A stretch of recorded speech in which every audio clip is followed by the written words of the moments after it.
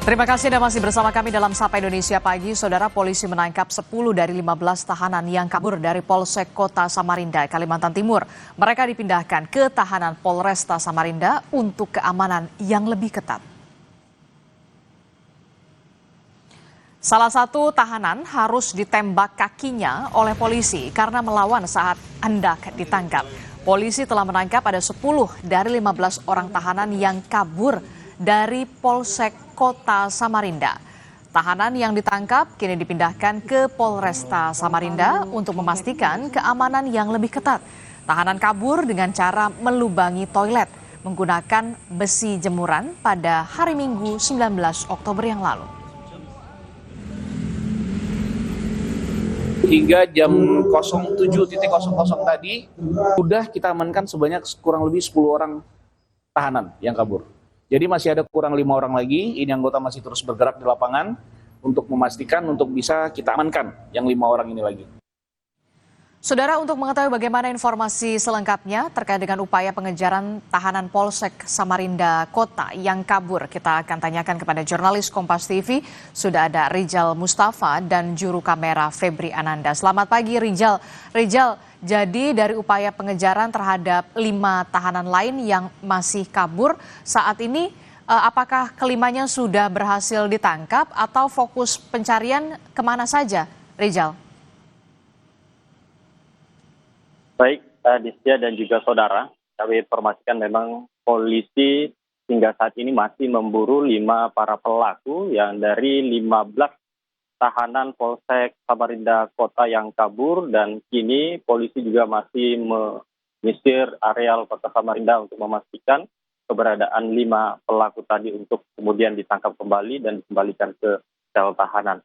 Dan memang kami informasikan para pelaku yang kabur ini, informasi yang kita dapatkan mereka menggunakan besi jemuran dan juga paku untuk membuat lubang di toilet dengan diameter 40 cm, dan kemudian di minggu kemarin pukul 14 waktu setempat para pelaku dari ke-15 ini kabur, dan jelang beberapa lama minggu malam 7 pelaku berhasil diamankan hingga Senin pagi kemarin. Hingga saat ini keseluruhan 10 para tahanan ini sudah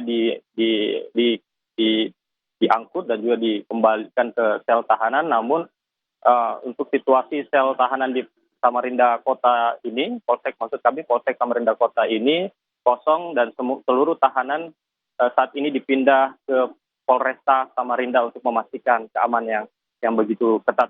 Dan memang sejauh ini informasi yang kami terima juga, personil opsional gabungan dari Polresta dan seluruh jajaran Polsek di Samarinda ini masih memburu 5 para pelaku yang masih kabur. Ada hasil penyelidikan atas peristiwa kaburnya 15 tahanan ini, termasuk juga pihak-pihak yang diperiksa, yakni polisi yang berjaga pada saat itu. Ya, memang benar, hingga sejauh ini tim Propam Polda juga masih memintai keterangan sejumlah personil kepolisian, baik itu dari penjagaan sendiri pada saat kejadian, dan juga pimpinan Kapolsek Samarinda ataupun Kapolsek Samarinda Kota. Hingga sejauh ini masih dimintai keterangan untuk memastikan apakah memang ada unsur atau dugaan kelalaian dengan adanya kejadian 15 para tahanan ini yang kabur dan 10 sudah ditangkap, masih menyisakan 5 orang yang masih diburu. Dan hasil pemeriksaan sementara, polisi juga sudah mengerucutkan bahwa dari 10 orang yang sudah ditangkap, 2 aktor yang diduga melakukan provokasi kini sudah dimintai keterangan juga, termasuk para 10 ini. Namun informasi sementara dari kepolisian juga, dari pengakuan kedua orang yang diduga menjadi provokator ini juga masih labil, karena mereka juga menyebut inisiasi dari kaburnya ini termasuk 5 orang yang masih belum ditangkap hingga saat ini. Dan juga kita masih menunggu untuk update informasi lebih lanjut bahwa memang informasi hari ini akan ada kembali tim Polda yang akan meninjau lokasi tempat kejadian di mana Polsek Samarinda Kota untuk menindaklanjut dan menggali keterangan lebih lanjut. Begitu. Baik, terima kasih informasi jurnalis Kompas TV, Rijal Mustafa dan juga juru kamera Febri Ananda melaporkan langsung dari Samarinda, Kalimantan. Saudara, kita beralih ke informasi lain. Dua korban kritis akibat insiden terbakarnya kapal tanker MT Federal II di Batam, Kepulauan Riau meninggal dunia setelah dirawat intensif selama 5 hari. Total korban jiwa akibat insiden itu kini menjadi 13 orang. Setelah menjalani perawatan medis secara intensif di Rumah Sakit Mutiara Aini, Batu Aji, Kota Batam, dua korban kritis insiden kapal tanker MT Federal II yang terbakar dan meledak di perusahaan PT ASL Shipyard Indonesia meninggal dunia. Menurut catatan medis, kedua korban mengalami luka bakar hingga 80%. Total korban jiwa akibat insiden itu kini menjadi 13 orang. Sementara 18 orang dirawat di rumah sakit, 3 diantaranya kritis dan belasan lainnya luka ringan.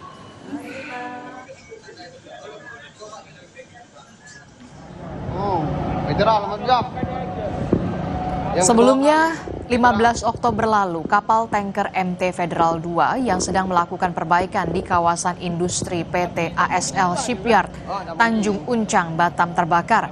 Saat kejadian, 10 orang pekerja tewas, sementara 21 orang lainnya luka-luka akibat kebakaran.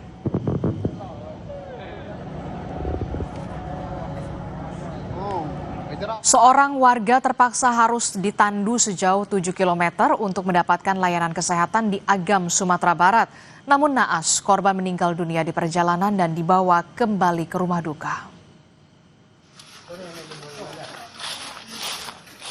Karena akses jalan yang rusak dan sulit dilewati kendaraan, seorang warga Aur Hilir, Kabupaten Agam, Sumatera Barat, terpaksa ditandu sejauh 7 km untuk mendapatkan pertolongan akibat penyakit asma yang dideritanya kambuh.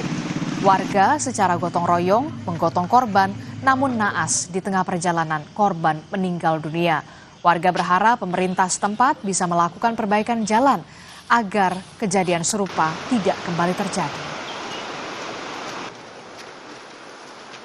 Bapak-bapak di pemerintahan supaya bisa melihat, mendengar apa yang kami keluhkan selama ini, khususnya di Mawilia ini. Saudara, sebuah pesawat kargo di Bandara Hong Kong tergelincir hingga menewaskan 2 petugas keamanan bandara. Badan pesawat terperosok ke dalam laut. Informasi selengkapnya hadir sesaat lagi.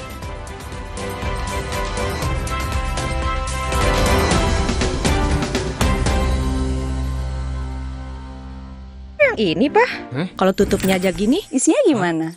Tidak semua air itu sama. Aqua dalam galon yang dibersihkan 20 kali, diisi tanpa tersentuh tangan dan ditutup sempurna. Aqua, 100% murni, 100% aman. Buruan di check out sekarang ya guys. Ultra Flu dan Batuk membantu meredakan gejala flu disertai batuk. Udah solid semua. Flu dan batuk reda, lega rasanya. Tidak semua air. PLN mendukung pertumbuhan usaha petani kopi Kopsi Batui melalui berbagai bantuan nyata seperti penyediaan bibit unggul, mesin grader, alat ukur kadar air kopi, sertifikasi mutu, pelatihan lanjutan, hingga penambahan instalasi listrik. Langkah ini menjadi bukti bahwa peran PLN tidak hanya sebatas menghadirkan terang, tetapi juga menyalakan harapan dan mendorong kesejahteraan masyarakat. PLN memberikan persembahan terbaik bagi masyarakat melalui penanaman 7.000 bibit mangrove di Kabupaten Jeneponto. Melalui kolaborasi antar pemerintah, masyarakat, dan komunitas, PLN UIP Sulawesi berharap program penanaman mangrove ini dapat menjadi langkah awal menuju kawasan pesisir Jeneponto yang lebih tangguh, hijau, dan berdaya saing secara lingkungan dan sosial. Melalui program tanggung jawab sosial dan lingkungan, PLN memberikan dukungan kepada kelompok tani Kopsi Batui yang mengelola kebun kopi di bawah jaringan transmisi 150 kafe di sekitar proyek pembangunan PLTMG Luwu berkapasitas 40 MW. Bantuan berupa bibit dan mesin oleh PLN UIP Sulawesi memberikan dampak signifikan terhadap efisiensi kerja dan peningkatan kuantitas produksi kopi. PT PLN Persero Unit Induk Pembangunan Sulawesi menunjukkan komitmennya terhadap pelestarian lingkungan melalui penanaman 7.000 bibit mangrove jenis Avicennia di lahan seluas 2,7 hektar di Kabupaten Jeneponto, Sulawesi Selatan. Program ini merupakan upaya PLN dalam mencegah dampak abrasi dan mendukung keanekaragaman hayati, terutama flora dan fauna pesisir